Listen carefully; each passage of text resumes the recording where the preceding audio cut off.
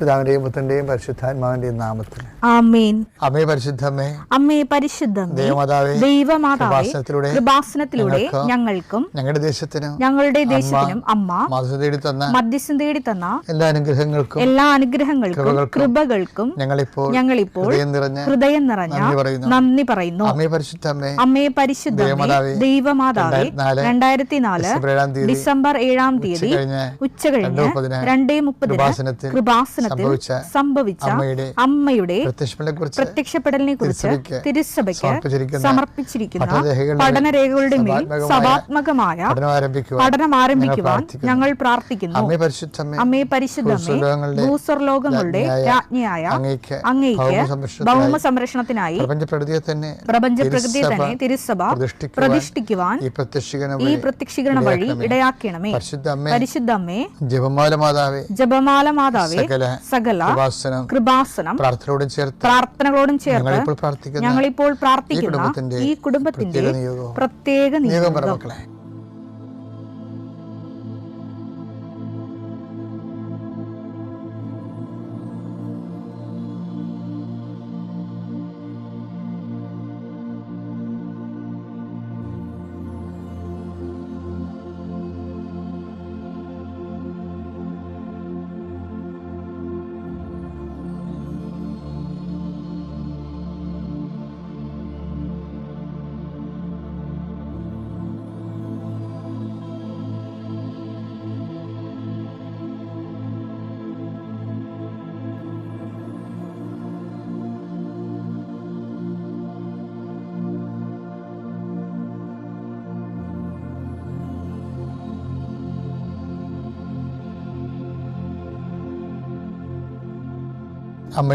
അമ്മയുടെ പ്രത്യക്ഷീകരണത്തിന്റെ ഈ അനുഗ്രഹവേളയിൽ ഞങ്ങൾക്ക് സാധിച്ചു തരുവാൻ കനിയണമേ. വിശ്വാസ പ്രമാണം.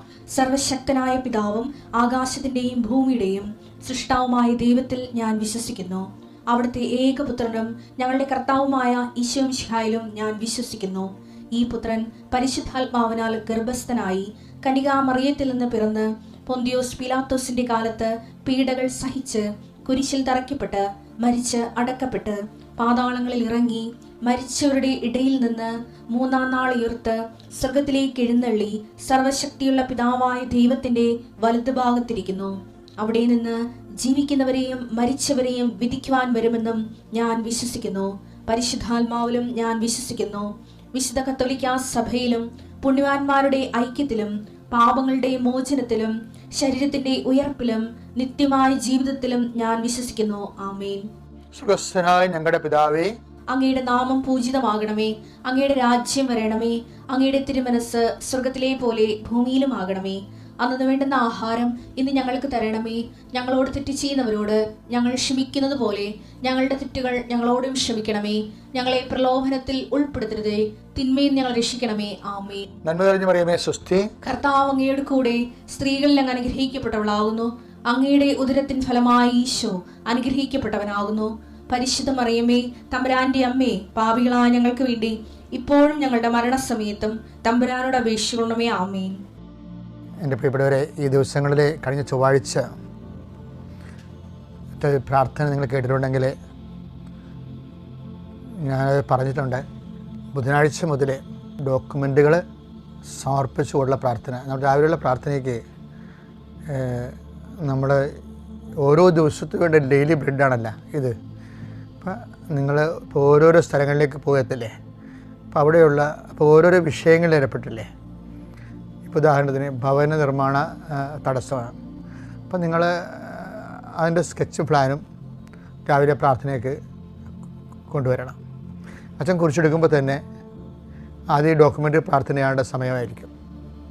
നിങ്ങളുടെ സ്കെച്ച് പ്ലാനുകളും നിങ്ങളുടെ എല്ലാ രേഖകളും കർത്താവിൻ്റെ ദിവസം സമർപ്പിക്കുന്നു എന്ന് പറയും. അതുപോലെ നിങ്ങളുടെ യാത്ര, വിദേശ യാത്രയൊക്കെ പോകണവരില്ലേ, അവിടെ ടിക്കറ്റുകൾ എടുക്കണം. ടിക്കറ്റുകൾ, പാസ്പോർട്ട്, രാവിലെയുള്ള ഡെയിലി ബ്രെഡ് പ്രാർത്ഥനയുടെ സമയത്ത്. അപ്പോൾ തന്നെ പരീക്ഷയ്ക്ക് പോകുന്നവർ അതിൻ്റെ ഹോൾ ടിക്കറ്റ് എടുക്കണം. ആശുപത്രിയിൽ പോകുന്നവർ അതിൻ്റെ ആശുപത്രിയുടെ ബുക്കില്ലേ, ആശുപത്രിയുടെ നിങ്ങളുടെ ഡയഗ്നോസിൻ്റെ പേപ്പറും മരുന്ന് എഴുതി പ്രിസ്ക്രിപ്ഷൻ പേപ്പർ ആ വിഷയങ്ങൾ രാവിലെ എടുക്കണം. ആ മേഖലകളിലെല്ലാം കർത്താവിനത് പരിശുദ്ധമ്മയുടെ മാധ്യസ്ഥത്തിൽ ഇത് ഉടമ്പടി പ്രാർത്ഥന തന്നെ മറ്റൊരു അതിൻ്റെ ഭാഗമായിട്ട് വരുന്നതാണ്. അവർക്ക് വീഞ്ഞില്ല എന്ന് അമ്മ പറയുന്നിടത്ത് വെച്ച് മനുഷ്യൻ്റെ ഭൗതിക ആവശ്യങ്ങളുടെ മേൽ ദൈവത്തിൻ്റെ ശ്രദ്ധ ക്ഷണിച്ചുകൊണ്ട് കർത്താവിൻ്റെ അതിൻ്റെ അകത്ത് ഉൾപ്പെടുത്തി ആ വിഷയം നമ്മളെപ്പോലെ ദൈവത്തിൻ്റെ ആക്കിയെടുക്കുന്ന ഒരു സമർപ്പണ പ്രാർത്ഥനയാണ് രാവിലെ ഈ രേഖാപ്രാർത്ഥനയൊക്കെ ഉള്ളത്, ആ വിഷയം. പിന്നെ അതുപോലെ തന്നെ അച്ഛൻ പറഞ്ഞായിരുന്നു, നിങ്ങൾ ഇപ്പോൾ ഒരു പശുത്തൊഴുത്ത് കെട്ടാൻ പോയിടം വിചാരിച്ചു. അപ്പോൾ ആ പ്രാർത്ഥന നിങ്ങൾ കൂരേണ്ടത് ആ സ്ഥാനത്ത് പോയി നിന്നാണ് കൂരേണ്ടത്. അടുക്കള കെട്ടുന്നവരും എക്സ്ട്രഷ് എടുക്കുന്നവരും കാർ ഷെഡ് ചെയ്യുന്നവരും ഒക്കെ ഈ പ്രാർത്ഥന അവരുടെ ആ ഉദ്യമമായിട്ട് ഇപ്പോൾ നിലവിലിരിക്കുന്ന ഉദ്യമം എന്താണ്? ചിലപ്പോൾ ഒരു ചെറിയ ഷോപ്പ് ചെയ്യുന്നവരായിരിക്കും. അപ്പം അങ്ങനെയുള്ളവർ ചില പലചരക്കട ചെയ്യുന്നവരായിരിക്കും. ചിലപ്പോൾ അതിന് കച്ചവടം ഇല്ലാതിരിക്കുന്ന അവസ്ഥയായിരിക്കും. അപ്പോൾ നിങ്ങൾ ആ പ്രാർത്ഥന കച്ചവട സ്ഥലം അടുത്താണെങ്കിൽ, കച്ചവട പീടിയൊക്കെ അടുത്താണെങ്കിൽ ആ ഷോപ്പിൽ പോയി നിന്ന് ആണ് ഈ പ്രാർത്ഥന കൂടേണ്ടത്. അപ്പോൾ എന്താണ് നിങ്ങൾ അനുഭവിക്കുന്ന പ്രയാസം, അത് ആ വിഷയവുമായിട്ട് ബന്ധപ്പെടുത്തി വേണം ഈ പ്രാർത്ഥന. അങ്ങനെ ഗുരുതരമായ വിഷയങ്ങളിരിക്കുന്നവർ, ഇപ്പോൾ കോടതിയിലെ കേസ് നടക്കണില്ലേ, അപ്പോൾ കേസ് നടക്കുന്നുണ്ടെങ്കിൽ കേസിൻ്റെ സമൻസ് ഉണ്ടെങ്കിൽ അതുപോലെ തന്നെ വക്കീലിന് കൊടുത്തിരിക്കുന്ന വക്കാലത്ത് ആ കേസിൻ്റെ അതിൻ്റെ കോപ്പി, എന്താണ് കോടതിയുടെ കോപ്പി കയ്യിലുള്ളത് അത് കയ്യിലുണ്ടാകണം. സ്ഥലം അളക്കുക, സ്ഥലം കൊടുക്കുക എന്നുള്ളത് എന്തെങ്കിലും പ്രമാണം ഉണ്ടായാൽ മതി കയ്യിൽ. അതിൻ്റെ എഗ്രിമെൻറ്റ് പേപ്പർ, പിന്നെ ഇൻ്റർവ്യൂവിനൊക്കെ പോവുകയാണെങ്കിൽ അതിൻ്റെ സർട്ടിഫിക്കറ്റ് കയ്യിലുണ്ടാകണം, ഫയലുണ്ടാകണം. അപ്പം ഇങ്ങനെ എല്ലാ ദിവസവും ഈ പ്രാർത്ഥന ഇതിൻ്റെ കൂടെ വരും. ഈ നമ്മുടെ രാവിലെയുള്ള ഡെയിലി ബ്രെഡ് പ്രാർത്ഥനയുടെ കൂടെ ഈ വിഷയങ്ങൾ രേഖകൾ സമർപ്പിക്കുന്ന സമർപ്പണ പ്രാർത്ഥന ഉണ്ടാകും. അത് നിങ്ങൾക്ക് മുട്ടനിക്കാൻ പറ്റുന്നൊരു മുട്ടന്ന് തന്നെ അത് പ്രാർത്ഥിക്കണം.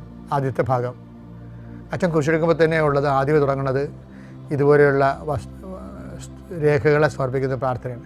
അതിനുശേഷമാണ് പിന്നീട് രോഗികളെയൊക്കെ സംബന്ധിച്ച് ജീവിത വിഷയങ്ങളെ സംബന്ധിച്ച് പോകുന്നത്. ഒന്ന് ശ്രദ്ധിച്ചാൽ മതി, അതായത് അപ്ഡേഷൻസാണ് വന്നിരിക്കുന്നതാണ്. നമുക്ക് പ്രാർത്ഥിക്കാം. രേഖകളുള്ളവരൊക്കെ രേഖകൾ കയ്യിലെടുക്കുക.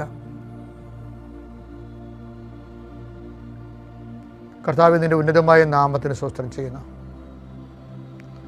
കർത്താവ് അങ്ങയുടെ മക്കൾ അവരുടെ ജീവിതത്തിൽ ഇന്ന് ബാധ്യതപ്പെടേണ്ട എല്ലാ ജീവിത രേഖകളുമായിട്ട് കർത്താവ് അങ്ങയുടെ തിരുസനെ കണ്ണീരോടെ പ്രാർത്ഥിക്കുകയാണ്.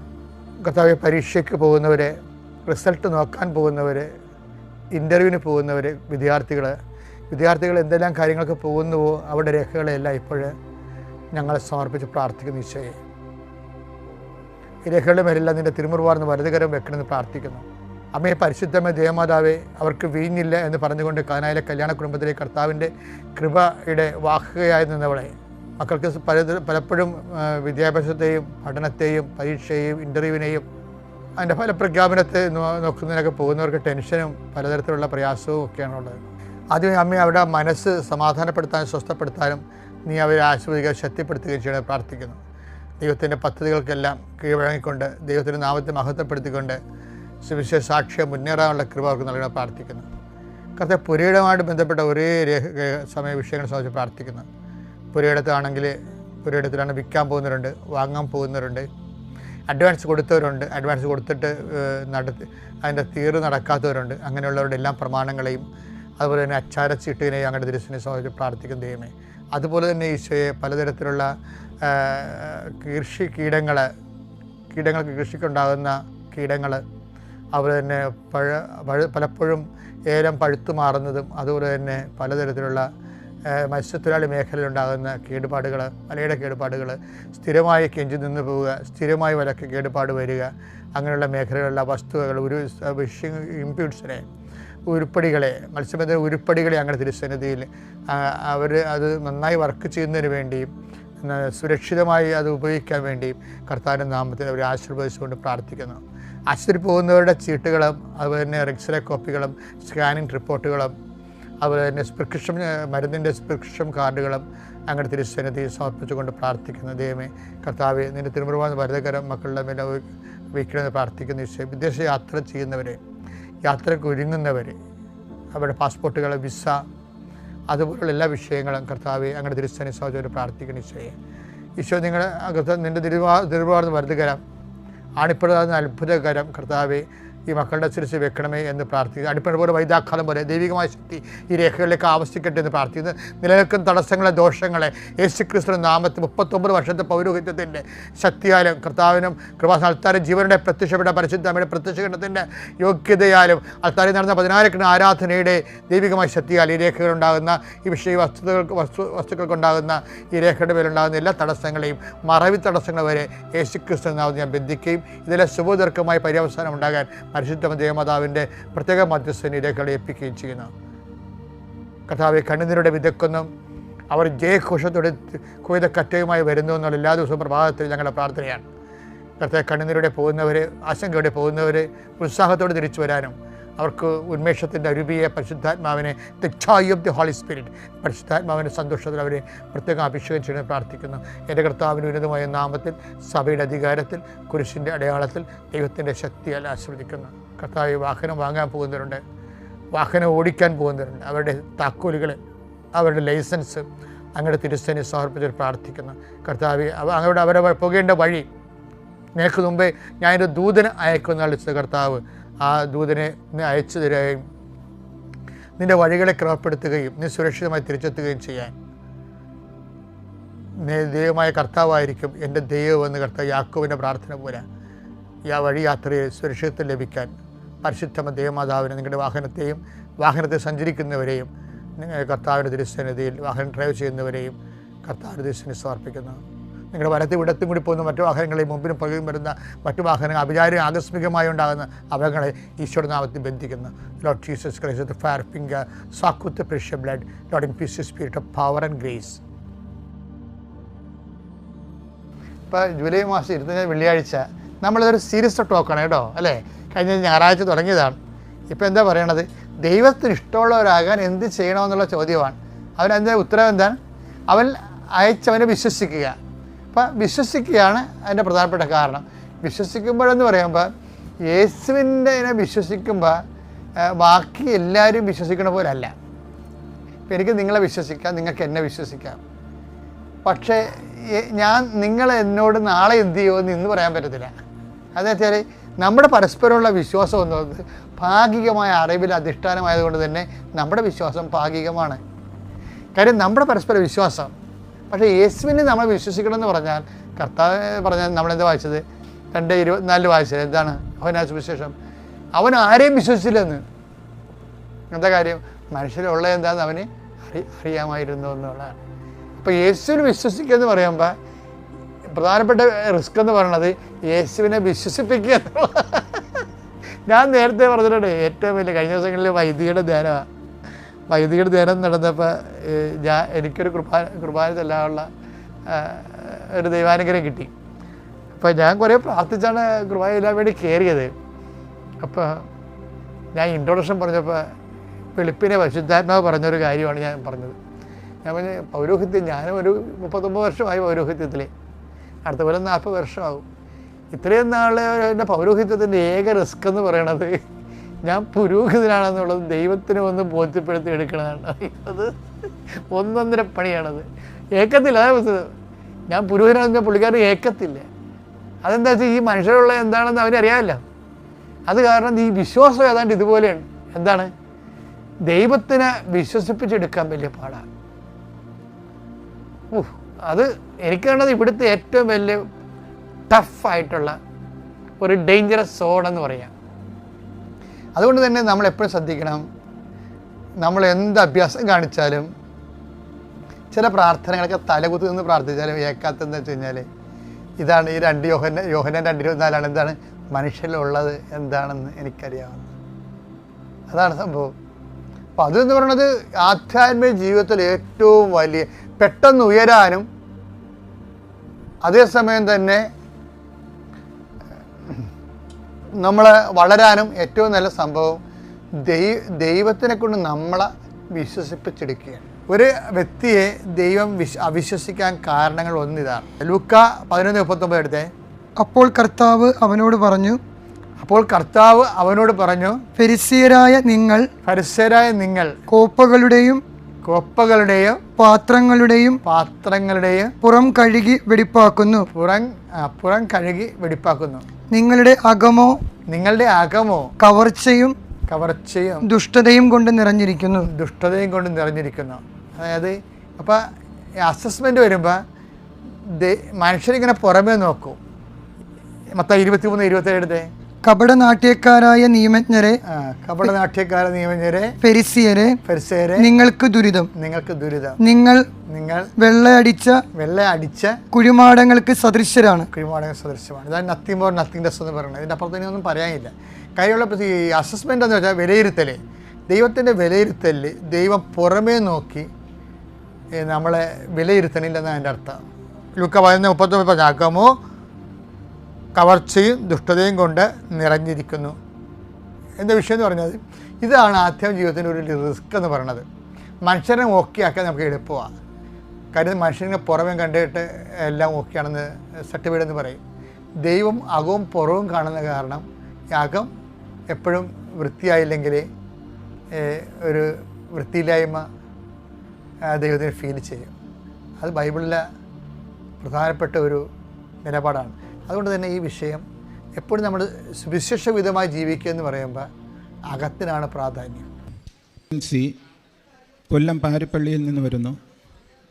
ഞാനിവിടെ വന്ന് ഉടമ്പടി എടുക്കുന്നത് 18/2/2023 ഞാൻ ഇവിടെ വരാൻ തന്നെ കാരണം എൻ്റെ മൊബൈലിൽ ഒരു യൂട്യൂബ് ലിങ്ക് വരികയും ആരോ ഷെയർ ചെയ്ത ഒരു ലിങ്ക് വരികയും അത് കണ്ട് നോക്കിയപ്പോഴത്തേക്ക് ഉപാസനത്തിൻ്റെ വിവരണങ്ങളാണ് ഉണ്ടായിരുന്നത്. അത് വെച്ചുകൊണ്ട് ഡെയിലി ഞാൻ ശ്രീ ജോസഫച്ചായൻ്റെ പ്രാർത്ഥനകളിൽ പങ്കെടുക്കുകയും അങ്ങനെ വിശ്വാസം കൂടി വരികയും ഞാനിവിടെ വന്ന് 18/2/2023 വന്ന് ഉടമ്പടി എടുക്കുകയും ചെയ്തു. ഞാൻ പ്രത്യേകമായി 6 നിയോഗങ്ങളാണ് സമർപ്പിച്ചിരുന്നത്. അതിൽ എനിക്കിപ്പം രണ്ടാമത്തെ നിയോഗവും 6ാമത്തെ നിയോഗവുമാണ് എനിക്കിപ്പം അനുവദിച്ച് കിട്ടിയിരിക്കുന്നത്. രണ്ടാമത്തെ നിയോഗം എന്ന് പറയുന്നത് ഞാൻ 4 വർഷം കൊണ്ട് എൻ്റെ നടുവേദന അനുഭവിച്ചു കൊണ്ടിരിക്കുകയായിരുന്നു. എനിക്ക് കുനിഞ്ഞാൽ നുരാൻ വയ്യ, കുനിയാൻ വയ്യ. ഇത്രയും ബുദ്ധിമുട്ടുകൾ ഞാൻ പല പ്രാവശ്യം അനുഭവിച്ചിട്ടുണ്ട്. ഒരു വെയിറ്റ് എടുക്കാൻ വയ്യ. പക്ഷേ ഇവിടുന്ന് ഉടമ്പടി എടുത്തപ്പോൾ കിട്ടിയ തൈലം ഞാൻ എല്ലാ ദിവസവും പ്രാർത്ഥന കഴിഞ്ഞതിന് ശേഷം പ്രാർത്ഥിച്ച് നടുവിൽ പുരട്ടുമായിരുന്നു. എനിക്കത് പൂർണ്ണമായിട്ടും സൗഖ്യമായി. അത് കഴിഞ്ഞിട്ട് 6ാമത്തെ നിയോഗം എന്ന് പറയുന്നത് എൻ്റെ തൊഴിലെന്ന് പറയുന്നത് അഗ്രികൾച്ചർ നഴ്സറിയാണ്. അത് 2 സ്ഥലത്തായിട്ടാണ് നടത്തുന്നത്.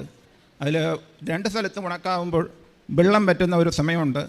ഒരു സ്ഥലത്താണെങ്കിൽ നാട്ടുകാർ കുളം കുഴിക്കാൻ സമ്മതിക്കത്തില്ല, അവിടെ പ്രശ്നം. വീട്ടിലാണെങ്കിൽ പരമാവധി കിണർ കുഴിച്ചിട്ടുണ്ട്, അതിൽ നമുക്ക് വെള്ളം തികയുന്നില്ല. അപ്പോൾ എല്ലാ വർഷവും ഈ ഉണക്കാവുന്ന സമയത്ത് നമുക്ക് കുറേയേറെ നഷ്ടം വന്നുകൊണ്ടിരുന്നു. അങ്ങനെ ഞാനിവിടെ വന്ന് ഉടമ്പടി എടുത്ത സമയത്ത് 6ാമത്തെ നിയോഗമായിട്ട് വെച്ചിരുന്നത് ഇങ്ങനെയുള്ള നഷ്ടം ഒഴിവാക്കുന്നതിന് വേണ്ടി നമുക്ക് സഫിഷ്യൻ്റായിട്ട് വെള്ളം കിട്ടുന്നതിന് വേണ്ടി ഞാൻ നിയോഗം വച്ചിരുന്നു. ഞാനിവിടെ നിന്ന് ഉടമ്പടി എടുത്തപ്പോൾ കിട്ടിയ വെഞ്ചരിച്ച ഉപ്പും ഇവിടുത്തെ നീരുറവയിലെ പുണ്യതീർത്ഥവും കൊണ്ടുപോയി ഈ കുളത്തിലും ഈ കിണറ്റിലും ഞാൻ വിശ്വാസപ്രമാണം ചൊല്ലി ഒഴിക്കുകയും ഉപ്പിടുകയും വെള്ളം ഇവിടുത്തെ തീർത്ഥം വിശ്വാസപ്രമാണം ചെയ്ത് ഒഴിക്കുകയും ചെയ്തു. ഇന്നേ വരെ എനിക്ക് വെള്ളത്തിനൊരു കുറവ് വന്നു എങ്കിലും നമുക്ക് നമ്മുടെ ആവശ്യത്തിനുള്ള വെള്ളം, സാധാരണ ലഭിക്കുന്ന വെള്ളം കിട്ടിയില്ലെങ്കിലും ഒരു തൈ പോലും കരിയാതെ നമുക്ക് ഒഴിക്കുന്നതിനുള്ള വെള്ളം നമുക്ക് സഫിഷ്യൻ്റായിട്ട് കിട്ടിക്കൊണ്ടിരിക്കുന്നു. ഇപ്പോഴും വെള്ളം അധികമായിട്ടുണ്ടോന്ന് താനും. അപ്പോഴെനിക്ക് ഇത് 2 നിയോഗങ്ങളാണ് എനിക്കിവിടെ പറയാനുള്ളത്. അതുകൂടാതെ ഒരുപാട് നല്ല ഇവിടെ ഉടമ്പടി എടുത്ത് പോയതിന് ശേഷം ഒരുപാട് ചെറിയ അനുഭവങ്ങളുണ്ടായി. അതെല്ലാം നല്ല അനുഭവങ്ങളായിരുന്നു. മാത്രമല്ല ഒരു 10 ദിവസം മുമ്പ് ഞാൻ അമ്മ മാതാവിനോട് പ്രാർത്ഥിച്ചു. അമ്മ മാതാവ് നമുക്കൊരു വണ്ടി എടുക്കുന്നതിനുള്ള ഒരു അനുവാദം തരണമേ എന്ന് പറഞ്ഞു. അമ്മ മാതാവ് നമുക്കൊരു നല്ലൊരു വണ്ടി എടുക്കാനുള്ള അനുവാദം തന്നു. അതിന് കുറവുള്ള പൈസയും അമ്മ മാതാവ് 2 ദിവസം കൊണ്ട് തന്നെ സംഘടിപ്പിച്ചു തന്നു. അങ്ങനെ നല്ലൊരു വാഹനം എടുക്കാൻ ഉടമ്പടി പറയാതെ തന്നെ എനിക്കൊരു വാഹനം എടുക്കുന്നതിനുള്ള ഒരു അവസരം ഒരുക്കി തന്നു. ആ വാഹനം ഞാൻ ഇന്നലെയാണ് നമ്മുടെ കയ്യിൽ കിട്ടിയത്. അത് ഇന്ന് ദേവാലയത്തിൽ കൊണ്ട് ആദ്യമായിട്ട് ദേവാലയത്തിൽ ഞാനും എൻ്റെ കുടുംബവും വന്ന് പ്രാർത്ഥിച്ച് അതിനുശേഷം മാത്രമേ അത് ഉപയോഗിക്കുകയുള്ളൂ എന്ന് പറഞ്ഞു. അങ്ങനെ ഞങ്ങൾ ആ വാഹനം കൊണ്ടാണ് ഇന്നിവിടെ വന്നത്. ഇത്രയുമാണ് എനിക്കിവിടെ പറയാനുള്ളത്. സാക്ഷിയായി പറയാം, ഇത്രയും ആൾക്കാരെ ഇവിടെ വന്ന് ഇത്രയും ഉടമ്പടി പറയാൻ സാധിച്ചതിന് അമ്മ മാതാവിനും തിരുക്കുമാരനോട് 1000 നന്ദി പറയുന്നു. ഇനിയും ഇവിടെ വന്നതെന്ന സാക്ഷ്യം പറയാൻ ഇടവരുത്തണമേ എന്ന് മാതാവിനോടും പ്രാർത്ഥിച്ചുകൊള്ളു. എൻ്റെ പേര് ഷൈനി. ഞാൻ വരുന്നത് അറുന്നൂറ്റിമംഗലം സെൻറ് തോമസ് ഇടവകയിൽ നിന്നാണ്, കോട്ടയം ജില്ലയിലെ. ഞാൻ ഉടമ്പടി എടുത്തത് ഫെബ്രുവരി 26, 2022 ഉടമ്പടി എടുക്കാനുണ്ടായ കാരണം, ഞാനൊരു നേഴ്സാണ്. വർഷങ്ങളായി ഡൽഹിയിൽ ജോലി ചെയ്തു വരികയായിരുന്നു. അപ്പോൾ വിദേശത്ത് പോകണമെന്ന ആഗ്രഹത്തോടെ ഹാദ് എക്സാം പാസ്സായി അബുദാബിയിലേക്കുള്ള ഒരു നല്ല ഹോസ്പിറ്റലിൽ നിന്നും എനിക്ക് ഇൻ്റർവ്യൂ വന്നു, സെലക്ഷനായി, നല്ല സാലറിയിൽ ജോലി കിട്ടി.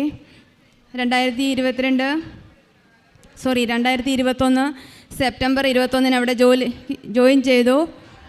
അതിനുശേഷം 15 ദിവസങ്ങൾക്ക് ശേഷം എൻ്റെ മെഡിക്കലായിരുന്നു. മെഡിക്കലിൽ ഞാൻ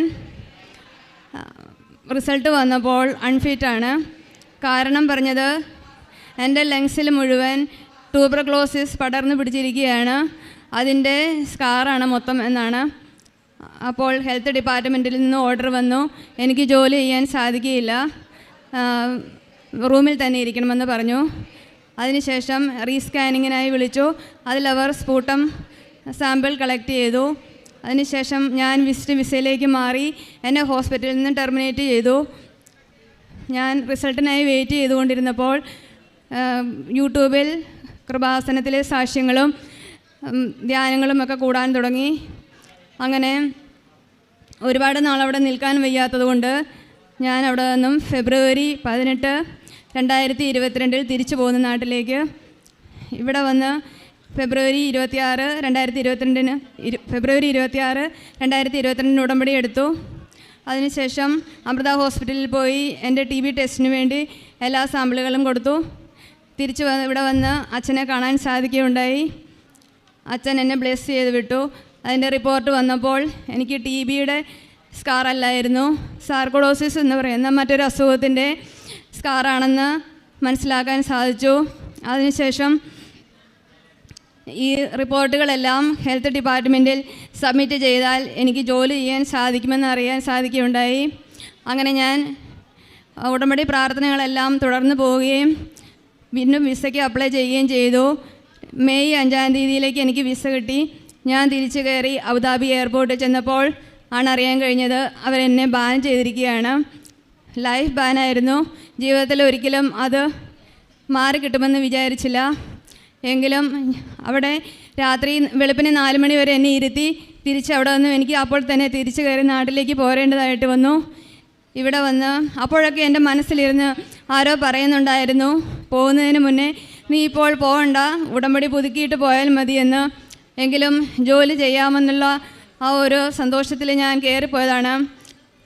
പിന്നീട് ഇവിടെ വന്ന് തിരിച്ചു വന്നതിന് ശേഷം ജൂൺ 1 തീയതി വന്ന് ഞാൻ ഉടമ്പടി പുതുക്കി. അതിനു മുന്നേ ഞാൻ ഇങ്ങോട്ട് വരുന്നതിന് മുന്നേ എൻ്റെ ഒരു സുഹൃത്തിനോട് പറഞ്ഞിരുന്നു എൻ്റെ റിപ്പോർട്ടുകളെക്കുറിച്ചൊന്ന് അന്വേഷിക്കണമെന്ന് അവിടെ. പക്ഷേ അവിടെ ചെല്ലുമ്പോഴെല്ലാം അവർ പറയുന്നത് റിപ്പോർട്ട് അങ്ങനെ നേരിട്ട് തരാൻ സാധിക്കുകയില്ല, അവർ വർക്ക് ചെയ്ത ഹോസ്പിറ്റലിൽ PRO വന്നാൽ മാത്രമേ കൊടുക്കാൻ സാധിക്കൂ എന്നാണ്. പക്ഷേ PRO ഞാൻ അവിടുത്തെ എംപ്ലോയി അല്ലാത്തതിനാൽ PROയ്ക്ക് പോകാൻ സാധിക്കില്ലായിരുന്നു. അപ്പോൾ എൻ്റെ സുഹൃത്തിനോട് പിന്നീട് ചെന്നപ്പോൾ അവർ പറഞ്ഞു, ഉടമ്പടി പുതുക്കിയതിന് ശേഷം നിങ്ങൾ ഹെൽത്ത് ഡിപ്പാർട്ട്മെൻറ്റിലൊന്ന് പോയി നോക്ക്, എന്തെങ്കിലും ചെയ്യാൻ സാധ്യമായിരിക്കുമെന്ന്. അങ്ങനെ അദ്ദേഹം അവിടെ പോയപ്പോൾ അവർ പറഞ്ഞു, നിങ്ങൾ റിപ്പോർട്ടുകളെല്ലാം അറ്റസ്റ്റ് ചെയ്ത് ഇന്ത്യൻ എംബസിയുടെയും UAE എംബസിയുടെയും അറ്റസ്റ്റേഷന് ശേഷം ഹെൽത്ത് ഡിപ്പാർട്ട്മെൻറ്റിൽ സബ്മിറ്റ് ചെയ്യാൻ പറഞ്ഞു. അങ്ങനെ സബ്മിറ്റ് ചെയ്ത് അവിടെ നിന്നും അവർ പറഞ്ഞു, ഞങ്ങൾക്കൊരു മീറ്റിംഗ് ഉണ്ട്, അതിൽ എൻ്റെ കാര്യം പരിഗണിച്ചാൽ എൻ്റെ കാര്യം എന്താണെന്ന് വെച്ചാൽ നോക്കാമെന്ന് പറഞ്ഞു. അതിനുശേഷം കുറേ നാളുകൾ, ഒത്തിരി സമയമെടുത്തു. കുറേ നാളുകൾക്ക് ശേഷം അവർ അവിടുന്ന് CID ഓഫീസിലേക്കും ഇമിഗ്രേഷനിലേക്കും ഒരു മെയിൽ അയച്ചു. എന്നിട്ട് എൻ്റെ ഫ്രണ്ടിനോട് പറഞ്ഞു, ഇവിടുത്തെ ബാൻ ഞങ്ങൾ റിമൂവ് ചെയ്തു, നിങ്ങൾ അവിടെ പോയി CID ഓഫീസിലും ഇമിഗ്രേഷൻ ഓഫീസിലും പോയി അന്വേഷിക്കാൻ പറഞ്ഞു. അപ്പോഴെല്ലാം അദ്ദേഹം ഓരോ തവണ പോകുമ്പോഴും ഞാൻ വീട്ടിലിരുന്ന് ശക്തമായി മാതാവിനോടും ഈശോയോടും പ്രാർത്ഥിച്ചുകൊണ്ടിരുന്നു. അങ്ങനെ CID ഓഫീസിലെ ബാനം പെട്ടെന്ന് തന്നെ മാറിക്കിട്ടി. എന്നാൽ ഇമിഗ്രേഷൻ ഓഫീസിലേക്ക് കയറുവാനോ സംസാരിക്കുവാനോ ഉള്ള അനുവാദമില്ലായിരുന്നു. അങ്ങനെ ഒരുപാട് തവണ കയറി ഇറങ്ങിയതിന് ശേഷം മാതാവിൻ്റെ ശക്തമായ ഇടപെടൽ കൊണ്ടാണെന്ന് ഞാൻ ഇപ്പോഴും വിശ്വസിക്കുന്നു. അദ്ദേഹത്തിന് അകത്ത് കയറുവാനും എൻ്റെ ഈ വിഷയത്തെക്കുറിച്ച് അവിടെ സംസാരിക്കുവാനുമുള്ള ഒരു അവസരം കിട്ടി. അങ്ങനെ അദ്ദേഹം അകത്ത് കയറി സംസാരിച്ചപ്പോൾ അവർ പറഞ്ഞു, എൻ്റെ പേരിന് എന്തെങ്കിലും ക്രിമിനൽ കേസുണ്ടോ എന്ന് അന്വേഷിച്ചതിന് ശേഷം അറിയിക്കാമെന്ന് പറഞ്ഞു. അങ്ങനെ കുറേ നാളുകൾക്ക് ശേഷം അദ്ദേഹം വീണ്ടും ചെന്നപ്പോൾ അവർ പറഞ്ഞു, ഞാൻ ഒരു ഡിവോഴ്സിയാണ്, എന്നെ സഹായിക്കാൻ അവിടെ മറ്റാരുമില്ലായിരുന്നു. അപ്പോൾ അവർ പറഞ്ഞത്, എനിക്ക് രക്തബന്ധമുള്ള ആരെങ്കിലുമോ അല്ലെങ്കിൽ എൻ്റെ ഹസ്ബൻഡോ ഉണ്ടെങ്കിൽ മാത്രമേ ആ ഒരു പ്രോസസ്സിങ് മുന്നോട്ട് കൊണ്ടുപോകാൻ സാധിക്കുകയുള്ളൂ എന്നാണ്. അതിനുശേഷം അവർ അതേക്കുറിച്ച് അന്വേഷിച്ചു കൊണ്ടേയിരുന്നു. പിന്നീട് ഈ സുഹൃത്ത് തന്നെ ഞാൻ മാതാവിനോട് ശക്തമായി പ്രാർത്ഥിച്ചുകൊണ്ടിരുന്നു, മാതാവേ എനിക്ക് നല്ലൊരു ജീവിത പങ്കാളിയെ തന്നെ അനുഗ്രഹിക്കണമെന്ന്. ഈ പ്രോസസ്സിങ് മുന്നോട്ട് കൊണ്ടുപോകുന്നതിന് വേണ്ടി അദ്ദേഹം തന്നെ എന്നെ വിവാഹം കഴിച്ചു. മുന്നോട്ട് ഈ പ്രോസസ്സിങ് പോയി എന്നെ UAE ബാനിൽ നിന്ന് റിമൂവ് ചെയ്തു. എനിക്ക് പിന്നീട് ഇവിടെ വന്ന് സാക്ഷ്യം പറയാൻ സാധിച്ചില്ല, കാരണം അതിനായി അവർ പ്രൂഫൊന്നും തരികയില്ലായിരുന്നു. ഒരു പ്രാവശ്യം എയർപോർട്ടിൽ നിന്ന് എൻട്രി ആയാൽ മാത്രമേ നമ്മൾ എൻട്രി ആയി എന്ന് പറയാൻ സാധിക്കുകയുള്ളൂ. അങ്ങനെ ഞാൻ 2022 സെപ്റ്റംബർ 16 വീണ്ടും UAE എയർപോർട്ടിൽ എൻട്രി ആയി. അബുദാബിയിൽ എനിക്ക് എൻട്രി ചെയ്യാൻ സാധിച്ചു. അതിനുശേഷം ഞാൻ നിയോഗം വെച്ചത് എനിക്കൊരു നല്ല ജോലി ലഭിക്കണമെന്നായിരുന്നു. എനിക്കൊരു നല്ലൊരു ഹോസ്പിറ്റലിൽ ജോലിയും ലഭിച്ചു. എന്നാൽ പിന്നീടും ഈ പ്രശ്നങ്ങൾ, എൻ്റെ വിസ കിട്ടുമോ, മെഡിക്കൽ ഫിറ്റാകുമോ എന്നുള്ളൊരു പേടിയായിരുന്നു. അതെങ്ങനെ ശരിയാകുമെന്നൊന്നും അറിയില്ലായിരുന്നു. അവസാനം ഞങ്ങൾ ഒരു പ്രാവശ്യം വിസ പുതുക്കിയതായിരുന്നു. പക്ഷേ വിസയിൽ എപ്പോഴുമുള്ള UID നമ്പർ ഒരിക്കലും മാറത്തില്ല.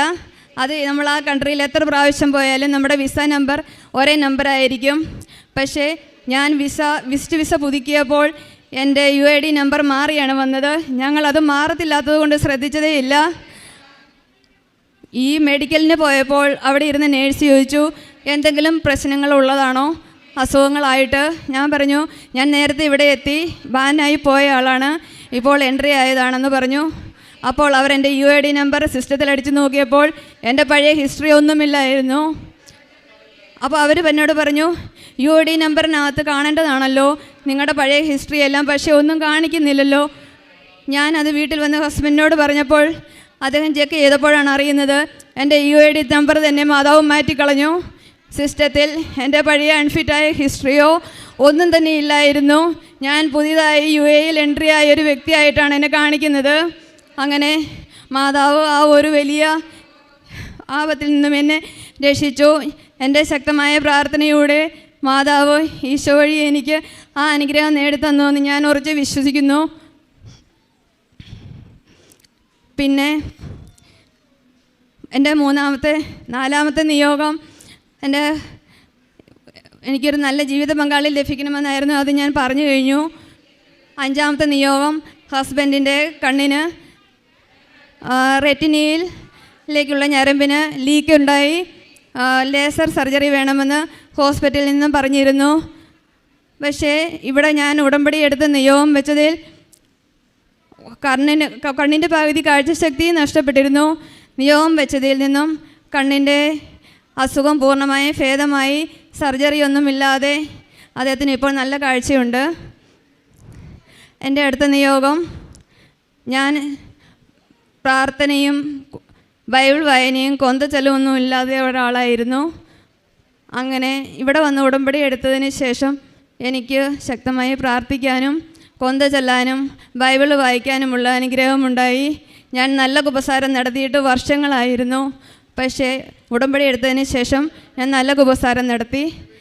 ഈശോയും മാതാവും തന്ന ഈ എല്ലാ അനുഗ്രഹങ്ങൾക്കും കോടാനുകോടി നന്ദി പറഞ്ഞുകൊണ്ട് ഞാൻ എൻ്റെ സാക്ഷ്യം നിർത്തുന്നു. സൗമ്യ കുര്യച്ചൻ. ഞാൻ വരുന്നത് എറണാകുളം അങ്കമാലി അതിരൂപതയിലെ മൂക്കന്നൂർ എന്ന് പറഞ്ഞ സ്ഥലത്താണ്. ഇതെൻ്റെ അമ്മയാണ്. അമ്മയുടെ പേര് മേരി ജോർജ്. അമ്മയുടെ വീട് എറണാകുളം അങ്കമാലി രൂപതയിൽ തന്നെ ആനപ്പാറയാണ്. അമ്മയ്ക്ക് വേണ്ടി സാക്ഷ്യം പറയാനാണ് ഞാനിവിടെ നിൽക്കുന്നത്. അമ്മ ഉടമ്പടി എടുത്ത ഡേറ്റ് ജൂൺ 22, 2022 ഞങ്ങൾക്ക് ഈ അമ്മ മാതാവിൻ്റെ അടുത്ത് വന്ന് ഉടമ്പടി എടുത്ത് പ്രാർത്ഥിച്ചത് മൂലം ഒരുപാട് അനുഗ്രഹങ്ങൾ ഞങ്ങൾക്ക് നൽകി. അതിൽ ചിലതാണ് ഞാനിവിടെ സാക്ഷ്യപ്പെടുത്തുന്നത്. എൻ്റെ സഹോദരൻ സാൻജോ ജോർജ് 4 വർഷമായിട്ട് ജോലിയില്ലാതെ വീട്ടിൽ തന്നെയായിരുന്നു. അവന് മുൻപ് വിദേശത്തായിരുന്നു, ന്യൂസിലാൻഡിലായിരുന്നു ഒരു ജോലി ഉണ്ടായിരുന്നത്. ആ ജോലി നഷ്ടപ്പെട്ട് അവിടെ നിന്ന് നാട്ടിൽ വന്നിട്ട് ചെറിയ ജോലിക്കൊക്കെ പോയി വീട്ടിലാകെ ബുദ്ധിമുട്ടായിരുന്നു. കടബാധ്യതകളും എല്ലാം ഭയങ്കര ബുദ്ധിമുട്ടിലായിരുന്നു. കഴിഞ്ഞ വർഷം 22-ാം തീയതി ജൂൺ 22-ാം തീയതി അമ്മച്ചി വന്ന് ഇവിടെ വന്ന് ഉടമ്പടി എടുത്തു. ഉടമ്പടി എടുത്ത് പ്രാർത്ഥിച്ച് 10-ാം ദിവസം തന്നെ എൻ്റെ സഹോദരന് കാനഡയ്ക്ക് പോകാനുള്ള പേപ്പറുകളെല്ലാം ശരിയായി. കഴിഞ്ഞ വർഷം സെപ്റ്റംബർ 5-ാം തീയതി എൻ്റെ സഹോദരൻ കാനഡയ്ക്ക് പോയി. അവിടെ നല്ല ജോലിയിൽ ലഭിക്കുകയും ചെയ്തു. ഇതുകൂടാതെ ഞങ്ങൾക്ക് ഒത്തിരിയേറെ കടബാധ്യതകളുണ്ടായിരുന്നു. സഹോദരൻ നാട്ടിൽ വന്നപ്പോൾ മുതൽ ഒത്തിരിയേറെ 10 ലക്ഷത്തിന് മേലെ ഞങ്ങൾക്ക് കടബാധ്യതയായിട്ട് ബാങ്കിൽ അടയ്ക്കാൻ വേണ്ടി കിടക്കായിരുന്നു. അപ്പോൾ ഇത് വീട്ടാനായിട്ട് ഞങ്ങൾക്ക് കുറച്ച് സ്ഥലം വിൽക്കണമായിരുന്നു. ഒരു 4 വർഷത്തോളമായിട്ട് സഹോദരൻ വന്ന് കുറച്ച് കഴിഞ്ഞപ്പോൾ തുടങ്ങി ഞങ്ങൾ ഈ സ്ഥലം വിൽക്കാനായിട്ട് അന്വേഷിച്ചുകൊണ്ടിരിക്കുകയായിരുന്നു. പലരും വന്ന് നോക്കിയിട്ടുണ്ട്. അവസാനം അമ്മ വന്ന് ഉടമ്പടി എടുത്തതിന് ശേഷം അമ്മ വെഞ്ചിരിച്ച് ഉപ്പ് ആ സ്ഥലത്ത് കൊണ്ടുപോയിട്ട് പ്രാർത്ഥിച്ചു. ആ പ്രാർത്ഥിച്ചതിൻ്റെ ഫലമായിട്ട് സ്ഥലം നല്ല വിലയ്ക്ക് കച്ചവടമാവുകയും ഞങ്ങളുടെ കടബാധ്യത മാറിക്കിട്ടുകയും ചെയ്തു. കൂടാതെ അമ്മയുടെ കയ്യിൽ ആകെ വിരലുകളെല്ലാം നഖം എല്ലാം പഴുത്ത് വരുന്ന ഒരു അസുഖം ഉണ്ടായിരുന്നു. അതിൽ നിന്ന് ജലവും ദുർഗന്ധമൊക്കെ വരുമായിരുന്നു. അമ്മ മാതാവിൻ്റെ തൈലം പുരട്ടി പ്രാർത്ഥിച്ചതിൻ്റെ ഫലമായിട്ട് അമ്മയുടെ ആ കയ്യിലുണ്ടായിരുന്ന ആ പഴുപ്പും എല്ലാം മാറി ഇപ്പോൾ നല്ല നഖമായിട്ട് വന്നുകൊണ്ടിരിക്കുകയാണ്. ഇതുകൂടാതെ സഹോദരൻ പോയി 2 മാസങ്ങൾക്ക് ശേഷം സഹോദരൻ്റെ ഭാര്യയ്ക്കും കുട്ടികൾക്കും പുറത്തേക്ക് പോകാനുള്ള പേപ്പറുകൾ ശരിയാക്കിക്കൊണ്ടിരിക്കുകയായിരുന്നു. അങ്ങനെ അത് ശരിയാക്കി 3-4 മാസം കഴിഞ്ഞു. ഏറ്റവും കിട്ടിയ അനുഗ്രഹം എന്ന് പറയാൻ ഇന്നലെ ഞങ്ങൾക്ക് അറിഞ്ഞ കാര്യം, കഴിഞ്ഞ 3-ാം തീയതി കഴിഞ്ഞ തിങ്കളാഴ്ചയാണ് ഞാൻ എൻ്റെ സഹോദരൻ്റെ ഭാര്യയും കുട്ടികളെയും കൊണ്ട് മെഡിക്കൽ എടുക്കാനായിട്ട് പോകുന്നത്. ഈ മെഡിക്കൽ എടുത്തതിന് ശേഷം ശരിക്കും ഇവിടെ അവധി ദിവസങ്ങളായിരുന്നു കൂടുതലും. ഈ 5 ദിവസത്തിനുള്ളിൽ തന്നെ ഞങ്ങൾ ഇന്നാണ് ഇങ്ങോട്ട് വരാനായിട്ട് ഇന്നലെ ഞാൻ അമ്മയോട് പറയുമ്പോൾ അമ്മ പറഞ്ഞു വൈകുന്നേരം ആയപ്പോഴാണ് അമ്മ എന്നോട് പറയുന്നത് ഞാനിങ്ങോട്ട് വരുന്നുണ്ട് സാക്ഷ്യം പറയണമെന്ന്. ഇതിന് ശേഷം വൈകുന്നേരം ഒരു 8 മണിയായപ്പോഴാണ് എൻ്റെ സഹോദരൻ്റെ ഭാര്യ വിളിച്ച് പറയുന്നത് ഞങ്ങളുടെ എല്ലാവരുടെയും വിസ ഇമെയിലിൽ വന്നിട്ടുണ്ട്, ഞങ്ങൾക്ക് അടുത്ത് തന്നെ പോകാൻ പറ്റുമെന്ന്. ഇതുകൂടാതെ ഒരു പ്രത്യേകത ഉണ്ടായിരുന്നതെന്ന് വെച്ചാൽ ഇന്നലെ രാത്രി തന്നെ പ്ലെയിൻ ടിക്കറ്റിൻ്റെ അപേക്ഷിച്ചതുകൊണ്ട് അത് ഇന്നലെ ഒരു സ്പെഷ്യൽ ഓഫർ ഉണ്ടായിരുന്നു. സാധാരണ രീതിയിൽ കാനഡയ്ക്ക് പോകാമെന്ന് വെച്ചിട്ടുണ്ടെങ്കിൽ എൻ്റെ സഹോദരൻ്റെ ഭാര്യയ്ക്ക് 3 കുട്ടികൾക്കും പോകണമെങ്കിൽ തന്നെ ഒരാൾക്ക് 2 ലക്ഷം രൂപ മേലെ വേണം. അപ്പോൾ അങ്ങനെ വരുമ്പോൾ ഒരുപാട് ലക്ഷങ്ങളാവും. അപ്പോൾ അവർ പറഞ്ഞത് എൻ്റെ അടുത്ത് ഞങ്ങളിപ്പോൾ പോകുന്നില്ല, സെപ്റ്റംബർ ഒക്ടോബർ ആയിട്ട് മാത്രമേ പോകാൻ പറ്റുള്ളൂ, കാരണം അപ്പോഴാണ് ഇതിൻ്റെ പൈസ ഒന്ന് കുറയുള്ളൂ. പിന്നെ സ്പെഷ്യൽ ഓഫർ ചില സമയത്ത് വരാറുണ്ട്. അപ്പോൾ അങ്ങനെ ഉണ്ടായിരുന്ന സമയത്ത് ഇന്നലെ രാത്രി അങ്ങനെ ഒരു സ്പെഷ്യൽ ഓഫർ വരികയും അവർക്ക് സഹോദരൻ്റെ ഭാര്യയ്ക്ക് വെറും 90,000 റുപ്പീസിനും സഹോദരൻ്റെ പിള്ളേർക്ക് 72,000 റുപ്പീസിനും വിസ ലഭിക്കുകയുണ്ടായി. അവർ ഈ മെയ് 30-ാം തീയതി വിദേശത്തേക്ക് പോവുകയാണ്. പിന്നെ എൻ്റെ അമ്മച്ചിക്ക് കണ്ണിലെപ്പോഴും കുരുക്കൾ വരുമായിരുന്നു, ചൊറിച്ചിൽ അലർജി ഉണ്ടായിരുന്നു. തൈലം പറ്റി പ്രാർത്ഥിച്ചത് ഫലമായിട്ട് ആ ചൊറിച്ചിലെല്ലാം മാറി. ഇപ്പോൾ യാതൊരു കുഴപ്പമില്ല. അമ്മ മാതാവും തിരുക്കുമാരനും വഴി എന്നെയും എൻ്റെ കുടുംബത്തെ അനുഗ്രഹിച്ചതിനോർത്ത് ഒരുപാട് നന്ദി പറഞ്ഞ് പ്രാർത്ഥിക്കുന്നു. യേശുവേ നന്ദി, യേശുവേ സ്തുതി.